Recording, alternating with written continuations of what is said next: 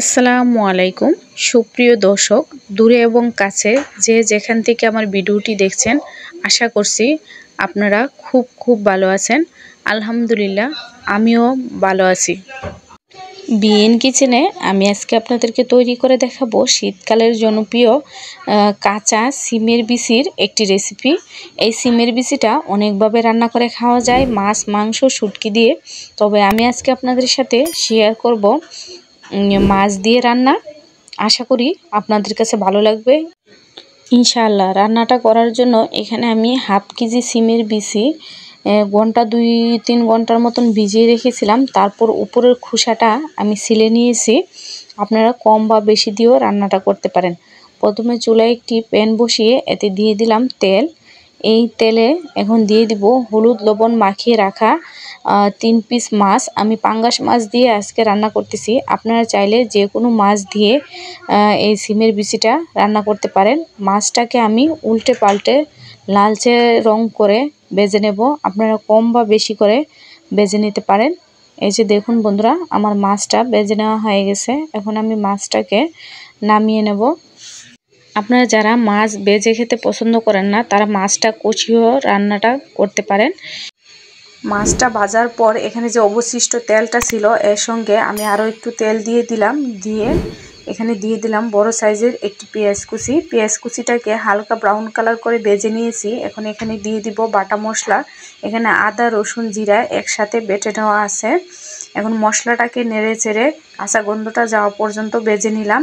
মশলাটা যেন পুড়ে না যায়। দিয়ে দিলাম পানি। এখন এখানে দিয়ে দিলাম 1 টেবিল চামচ মরিচের গুঁড়া, হাফ টেবিল চামচ হলুদের গুঁড়া, হাফ টেবিল চামচ ধনিয়ার গুঁড়া, পরিমাণ মতো লবণ।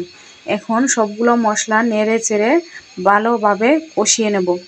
কষিয়ে নেওয়া হয়ে গেলে দিয়ে দিব কেটে রাখা একটা টমেটোটা দিয়ে ঢাকনা দিয়ে ঢেকে ভালোভাবে আবারও কিছুক্ষণ কষিয়ে নেব।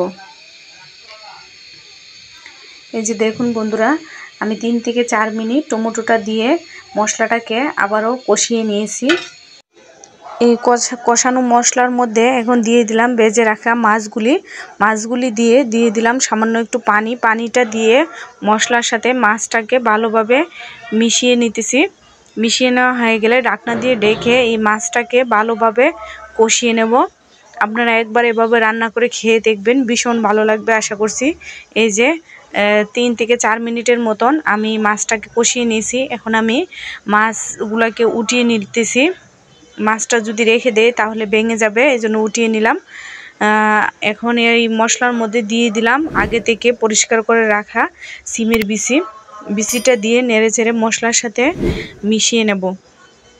এখন এ পর্যায়ে আর কোনো পানি দিচ্ছি না। বিচি থেকে যে পানিটা উঠবে এই পানিটা দিয়ে চুলাটাকে মিডিয়াম টু লো হিটে রেখে আমি 5 থেকে 7 মিনিটের মতন এই বিচিটাকে কষিয়ে নেব।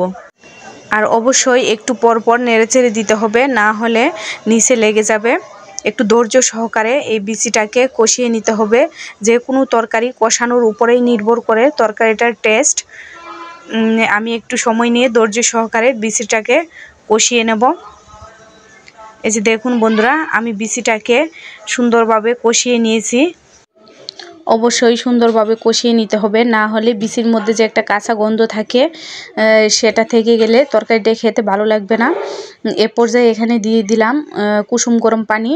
আর গরম পানিটাই দেওয়ার চেষ্টা করবেন, না হলে ঠান্ডা পানি দিলে বিচিটা নাও সিদ্ধ হতে পারে।